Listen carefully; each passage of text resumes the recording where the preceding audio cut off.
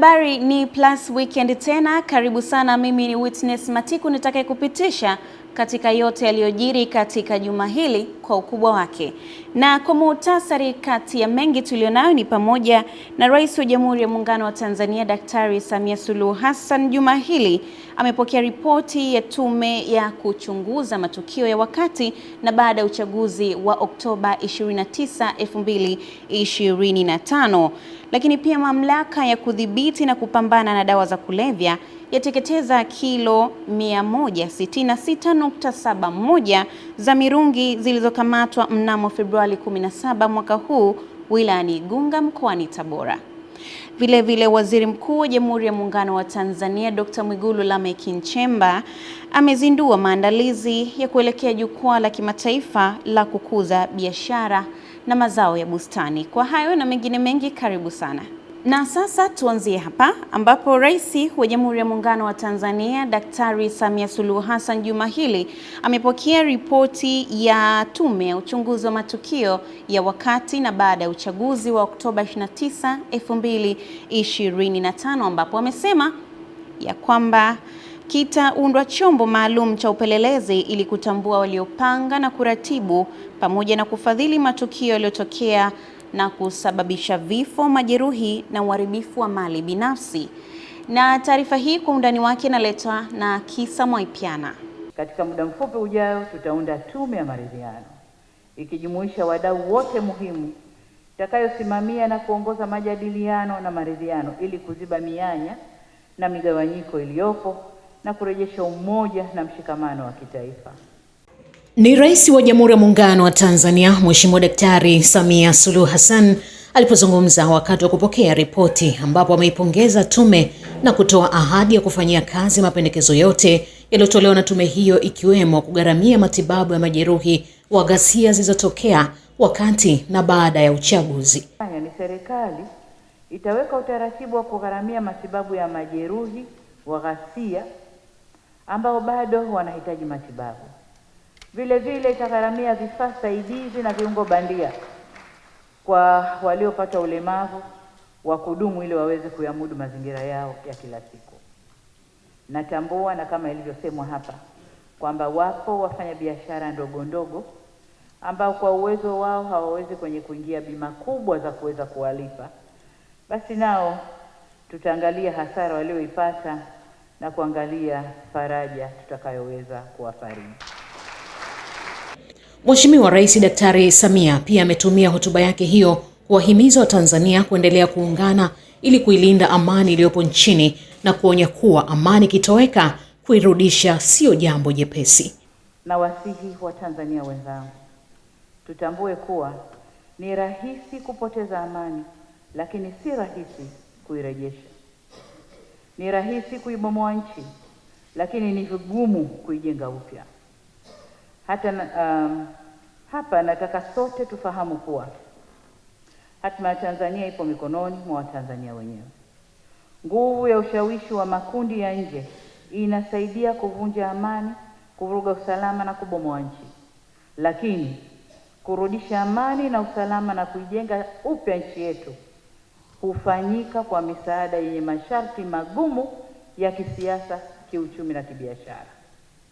Kwa hiyo tuwe makini kwamba Watanzania ndio wajenga Tanzania. Tunapoibomoa. Kwa hiyo kuhusu maridhiano na katiba mpya, tume imebaini yafuatayo. Mosi, matukio ya Oktoba 23 pamoja na changamoto ambazo zimekuwapo kwa muda mrefu vimesababisha nyufa na majeraha kwa taifa.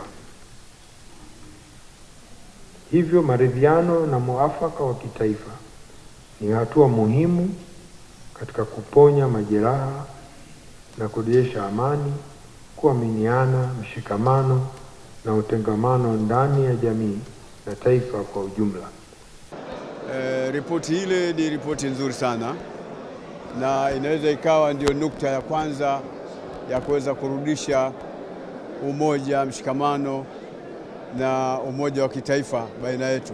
Ni uponyaji kwa taifa kwa sababu masuala yalikuwa ni mengi watu wakitajaribu kuhoji kwamba kuna mambo mabaya yametokea, miili haipatikani ya watu na mambo mengine. Mimi nimeipokea kwa furaha, nimeipokea kwa amani kabisa, na nadhani hata wale waliokuwa na mashaka na tume hii sasa mashaka yao yatakuwa yameondoka, unless tunakubaliana kubishana tu, kwa sababu ubishi labda utakuwa ni jadi yako.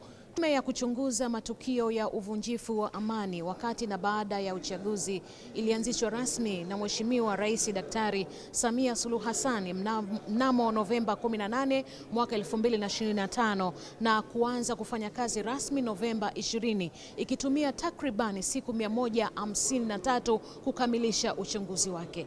Nikiripoti kutoka katika eneo hili la Ikulu hapa jijini Dar es Salaam, mimi ni Kisa Mwepia. Na kamera zetu za Channel 10 Plus hazikuishia hapo. Pamoja na kuhudhuriwa na makundi mbalimbali ya kijamii lilipofanyika Ikulu jijini Dar es Salaam, tukio hilo limeshuhudiwa na mamilioni ya watu duniani kupitia matangazo ya moja kwa moja yaliyorushwa kupitia vyombo mbalimbali vya habari.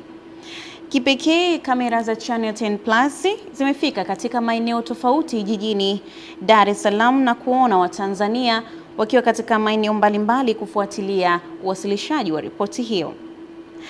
Na ikumbukwe kuwa tume ya uchunguzi imetoa mapendekezo mbalimbali kwa serikali, ikiwemo kutenga siku ya maombolezo ya kitaifa na kuwakumbuka Watanzania waliofariki kwenye vurugu za wakati na baada ya uchaguzi mkuu wa Oktoba 29, 2025, na serikali kuweka utaratibu wa waliopata majeraha kupata usaidizi, ikiwemo viungo bandia kwa gharama za serikali, na iweke mkakati wa kutoa huduma za kisaikolojia katika maeneo yaliyoathirika. Channel 10 Plus imezungumza na baadhi ya Watanzania ambao walikuwa wakifuatilia wasilishaji wa ripoti hiyo katika maeneo mbalimbali ya Dar es Salaam, na hawapo. Weledi ndani yake. Ripoti ile inaonyesha kabisa mapungufu yaliyotokea kutokana kwa watendaji, bila kumung'unya maneno. Jaji ameonyesha yale ambayo yanatakiwa yafanywe kazi ili kwenda mbele katika hali ya utulivu katika nchi. Kwa hiyo hayo ni yanaonyesha umuhimu wa kuwepo na watu ambao wana uwezo, akiwa mtu wa aina yake pia. Kwanza ni amejitahidi kueleza kile ambacho wamekiona na kile ambacho uchunguzi umedhibitisha. Ni ripoti ambayo ilisubiriwa kwa muda mrefu, kujibu masuala kadhaa ya kimsingi ambayo yalikuwa yanaendelea, na mengi yamebainishwa, na hasa tukiangalia vile alivyoviita vyanzo vya tatizo. Sasa tuelekee mkoani Tabora. Wakati serikali ikiendelea kupambana na biashara haramu ya madawa ya kulevya, katika juma hili mamlaka ya kudhibiti na kupambana na dawa za kulevya kanda ya Magharibi imeteketeza vibunda 546 sawa na kilo 166.71 za dawa za kulevya aina ya mirungi zilizokamatwa Februari 17, 2026 wilayani Igunga mkoani Tabora, huku watuhumiwa wanawake wakiwa watatu na mwanaume mmoja wamefikishwa kizimbani kwa tuhuma za kusafirisha dawa hizo. Na Adela Moses anatuletea undani wa taarifa hii namna ilivyokuwa. Maamuzi hayo ya uteketezaji wa dawa hizo yametolewa na mahakama ya wilaya ya Igunga chini ya kifungu cha 38 kifungu kidogo cha pili, cha 3 na cha 4 hadi cha 5 cha sheria ya kudhibiti na kupambana na dawa za kulevya sura ya 95 marejeo ya mwaka 2023, kufuatia ombi la upande wa jamhuri katika kesi ya msingi ya uhujumu uchumi nambari 4764 ya mwaka 2026 waliofunguliwa washtakiwa hao wanne, ambapo mawakili wa jamhuri wakaiomba mahakama hii kuteketeza kielelezo hicho kwa kuwa kina madhara kwa mtunzaji na kinaharibika kila muda unavyozidi kwenda. Zoezi limeenda vizuri, tumefikia tamati, lakini iwe fundisho kwa wale waliofanya hivyo, lakini na wanaofikiria kufanya hivyo. Operesheni zetu endelevu, na maana wafahamu kabisa kwamba Igunga sio salama kwao.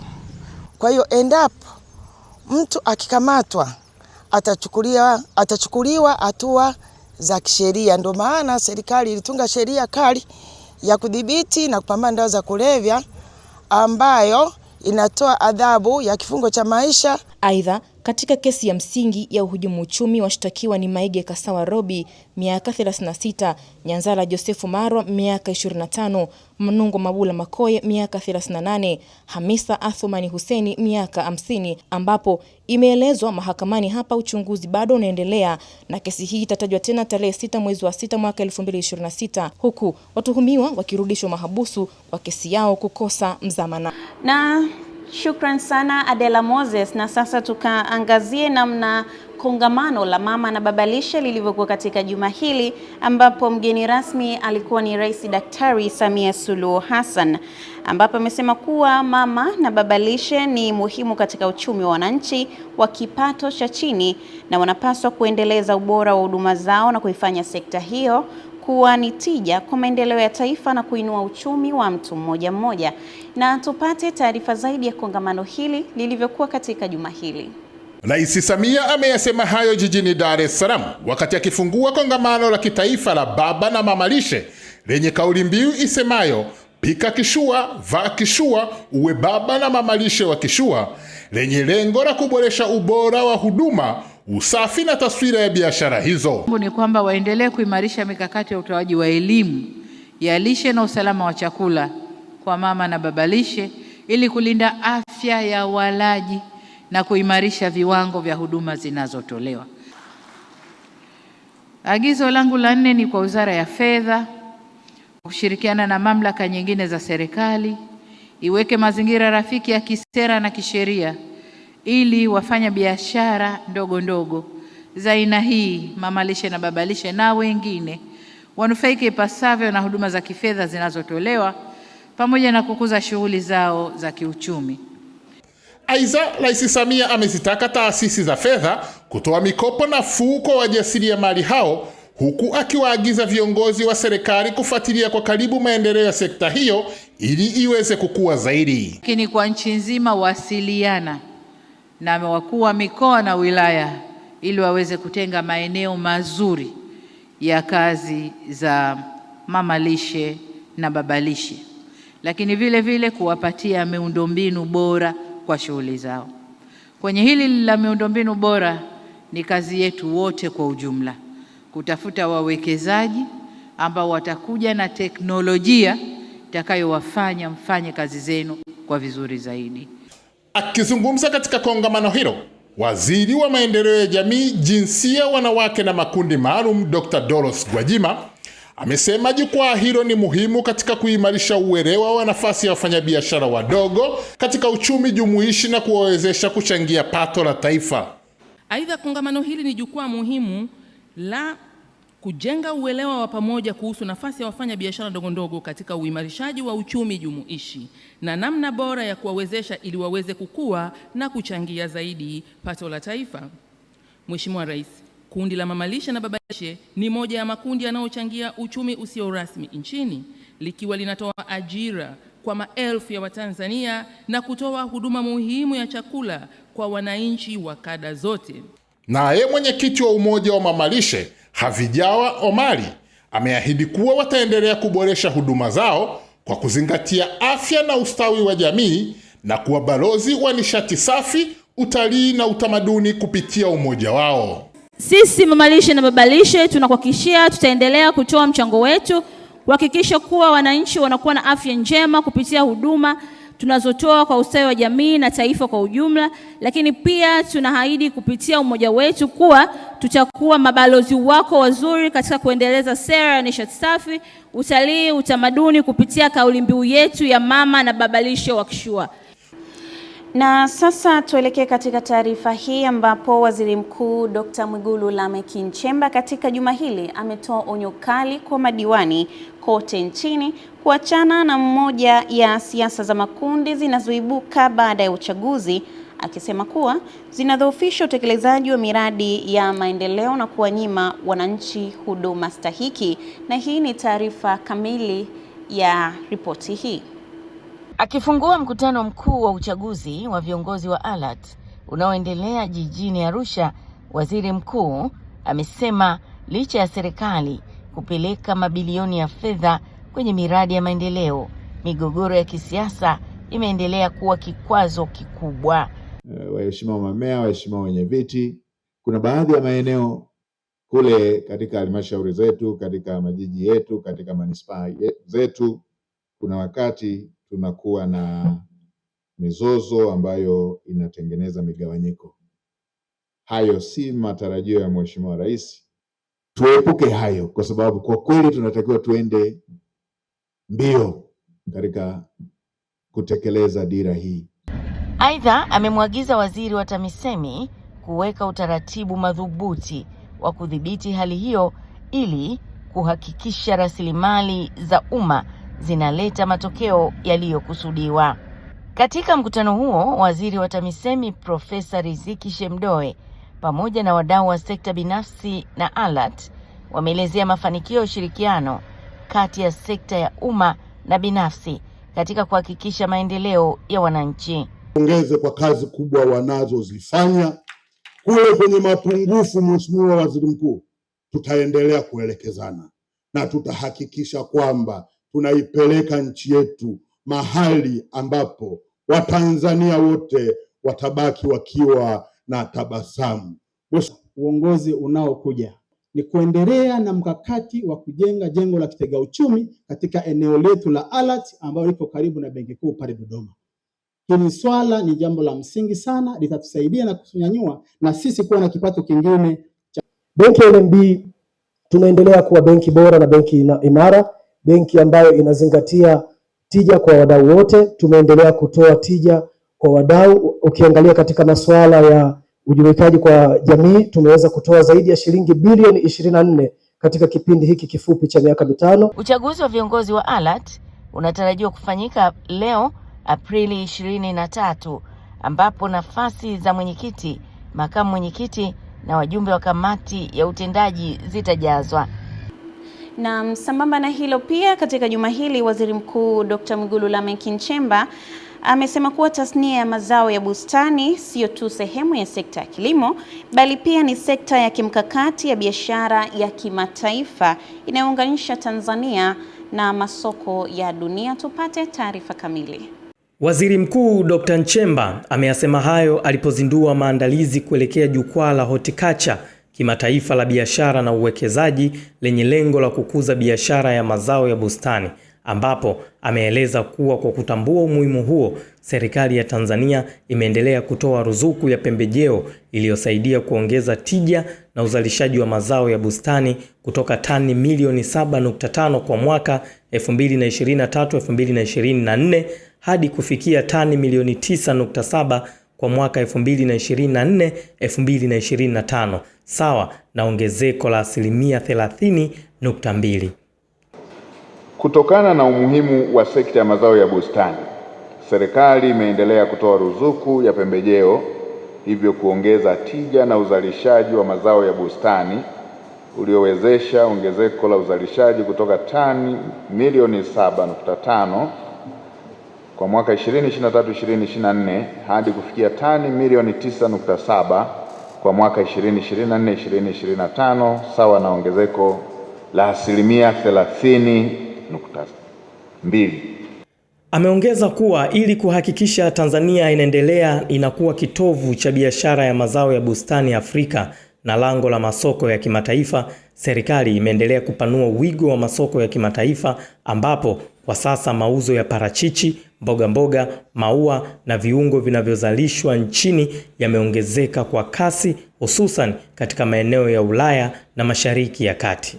Serikali imeendelea kupanua wigo wa masoko ya kimataifa, ambapo kwa sasa mauzo ya parachichi, mboga, maua na viungo vinavyozalishwa nchini vimeongezeka kwa kasi, hususan katika masoko ya Ulaya na Mashariki ya Kati. Kwa upande wake, Waziri wa Kilimo Daniel Chongolo amesema kuwa jukwaa la Horticulture na biashara na uwekezaji linalofanyika kwa mara ya kwanza barani Afrika na nchini Tanzania limekuja wakati mwafaka, ambapo Mheshimiwa Rais Dr. Samia Suluhu Hassan ameazimia kuifanya Tanzania kuwa kinara wa uzalishaji na uuzaji wa mazao ya kilimo barani Afrika na duniani. Jukwaa hili linafanyika wakati mwafaka ambapo Daktari Samia Suluhu Hassan, Rais wa Jamhuri ya Muungano wa Tanzania, ameazimia kuifanya Tanzania kuwa kinara wa uzalishaji na uuzaji wa mazao ya kilimo barani Afrika na duniani. Na katika juma hili pia serikali ya Jamhuri ya Muungano wa Tanzania imesaini rasmi mkataba wenye thamani ya dola za Kimarekani milioni 200 sawa na shilingi za Kitanzania bilioni 194.6 na washirika wa maendeleo ya jamii kwa ajili ya utekelezaji wa mradi wa uendelezaji bonde la Mto Msimbazi jijini Dar es Salaam.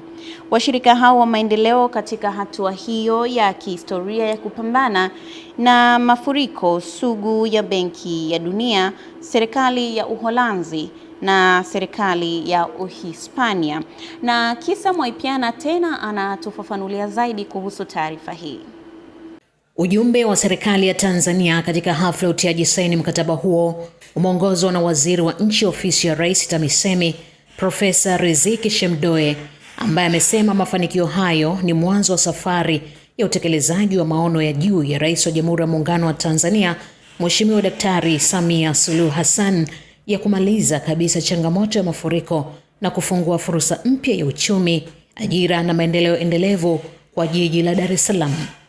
Akaongeza kuwa uendelezaji huo haulengi kuimarisha mkondo wa mto huo pekee, bali pia kuokoa maisha ya maelfu ya wananchi kwa kuhamisha zaidi ya nyumba 3,000 kutoka maeneo hatarishi, kutengeneza hekta 57 za ardhi salama kwa makazi na biashara, pamoja na kuboresha miundombinu ikiwemo daraja la kisasa la Jangwani na huduma za usafiri wa umma.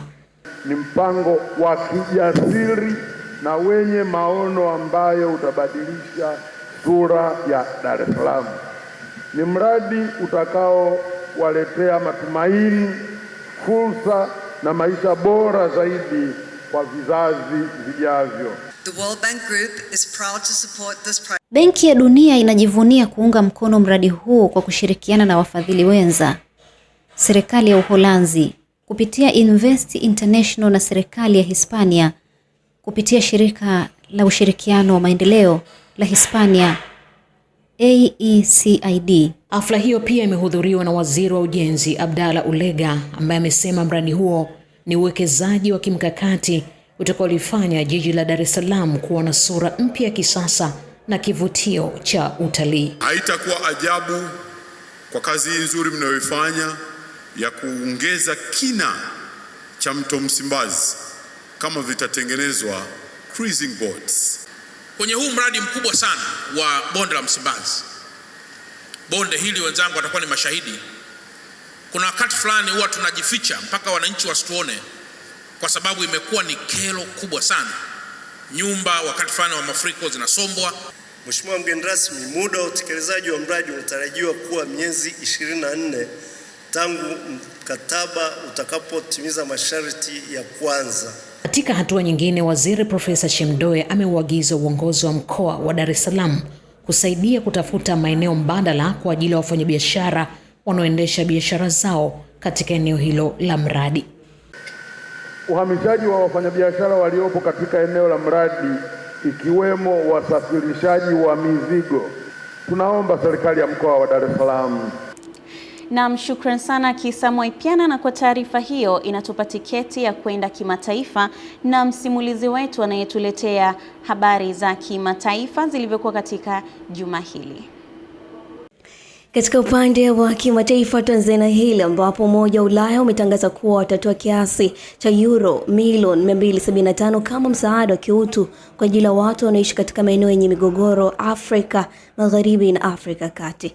Mataifa yaliyotajwa kuwa yatapokea msaada huo ni yale yanayokabiliwa na mizozo, ukosefu mkubwa wa chakula na wimbi kubwa la wakimbizi, ambapo kwa upande wa Chad utapokea sehemu kubwa zaidi ya mgao huo ikiwa na zaidi ya euro milioni 72 na euro milioni 75 zimetengwa kushughulikia migogoro mikubwa ya njia huko Sahel ya kati. Kwa upande wake Nigeria itapokea euro milioni 33 kutokana na kile Ulaya ilichokitaja kuwa migogoro mbaya zaidi wa chakula katika miaka ya karibuni, huku nchi nyingine zitakazopokea fedha hizo ni Jamhuri ya Afrika ya Kati, Cameroon na Mauritania. Mataifa ya pwani ya Afrika Magharibi yakiwemo Benin, Ivory Coast, Ghana na Togo yatapokea pia sehemu ya msaada huo, kwani Ulaya imesema msaada wake unaonyesha dhamira yake kukabiliana na hali mbaya kiutu barani Afrika. Na huko London, Uingereza na Ufaransa zimeafikiana kuhusu mkataba mpya wa miaka 3 unaolenga kukomesha uhamiaji haramu kwa njia mkondo wa bahari unaopita kati ya mataifa hayo, ikiwa tangazo hili limetolewa wakati Waziri Mkuu wa Uingereza Keir Starmer akikabiliwa na shinikizo la kisiasa la kudhibiti uhamiaji. Kulingana na taarifa iliyotolewa na pande zote, Ufaransa imeahidi kuongeza maafisa wa kuwadhibiti wahamiaji kwa zaidi ya 50% hadi kufikia maafisa 1400 ifikapo mwaka 2029, ambapo itatumia teknolojia zaidi za ufuatiliaji kama drone na helikopta. Mkataba huo unatokana na miezi kadhaa ya mazungumzo ambapo London imesisitiza masharti magumu zaidi baada ya kuishutumu Ufaransa kwa kutoweka juhudi za kutosha kuwazuia wahamiaji wasio na vibali, ambapo imeahidi kutoa zaidi ya dola milioni 800, huku takriban robo ya fedha hizo zikitegemea mafanikio kwa kudhibiti wahamiaji yatakayokaguliwa kwa pamoja kila mwaka. Lulu Ali, kimataifa. Naam, kwa simulizi hiyo ya kimataifa tunaweka nukta ya Plus Weekend katika juma hili. Ni kualike tena katika juma lijalo tutakapokutana tena juu ya yale yatakayojiri katika juma hilo. Jina langu ni Witness Matiku, nikutakia utazamaji mwema wa Channel 10 Plus. Bye bye.